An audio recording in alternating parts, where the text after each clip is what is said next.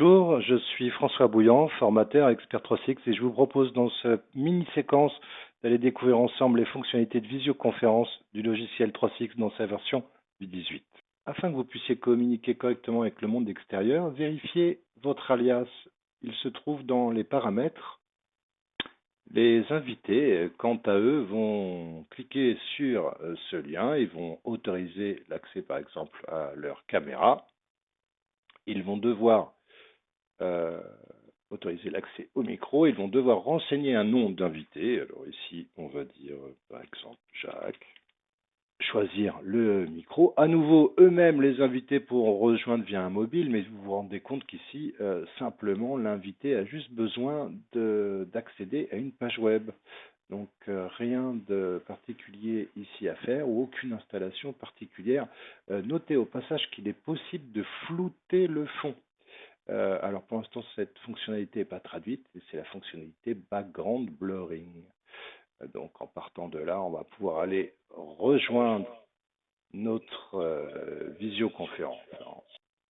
Donc une fois que quelqu'un rejoint la visioconférence, vous pouvez voir les participants ici, donc l'administrateur et puis l'invité ici où justement on peut élever ses privilèges. Alors, dans cette présentation, je n'ai pas activé les webcams. Il existe plusieurs moyens d'organiser une visioconférence et d'inviter des participants. Le plus simple restant à communiquer votre lien permanent que nous avons vu, le lien Meet, dans un email par exemple, et de communiquer à vos contacts extérieurs.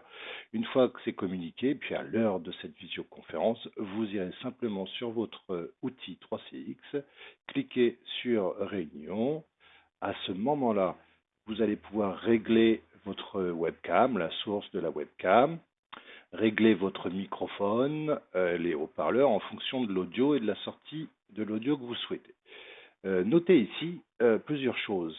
Si vous n'avez pas de capacité vidéo, vous pouvez très bien le lancer là sur votre ordinateur et puis rejoindre et initier en fait cette visioconférence depuis votre mobile avec l'application 3CX meeting, conférence sur votre mobile. Vous pouvez scanner ce QR code, ce qui vous permettra d'aller initier votre visioconférence et donc bénéficier de la caméra que vous avez sur votre mobile, quitte même à vous déplacer. Sachez aussi que cette application depuis le mobile peut projeter sur un écran, si vous étiez dans une salle de conférence, un cast en fait, un Chromecast, et donc vous pouvez reprojeter ce que vous voyez sur un grand écran si cela était nécessaire. Alors lorsqu'on initie cette visioconférence, nous avons ici un petit rappel du lien, donc notre lien permanent. Donc on peut depuis là le recopier et le renvoyer sur un email s'il y avait besoin.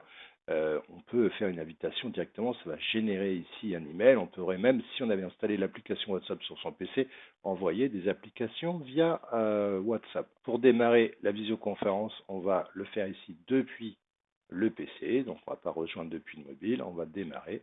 Vous allez avoir de nombreux outils à votre disposition, notamment le partage d'écran, la possibilité de chatter avec vos participants, d'administrer vos participants pour élever les privilèges de certains participants s'ils souhaitent partager par exemple leur écran. Vous pouvez dans cette zone charger, on ne va pas revoir en détail toutes les fonctionnalités ici, mais charger des documents PDF par exemple ou des images que vous souhaiteriez intégrer à votre présentation pour pouvoir les partager. Et vous pouvez aussi enregistrer cette visioconférence pour après partager ce lien avec d'autres personnes, avec les invités par exemple, s'ils souhaitaient la revoir. Je vous remercie pour votre attention et vous propose de nous retrouver sur la page LinkedIn du groupe Encom Conseil ou bien sur notre chaîne YouTube où nous vous proposons d'autres tutoriaux sur les équipements de téléphonie ou sur le logiciel 3CX. À très bientôt.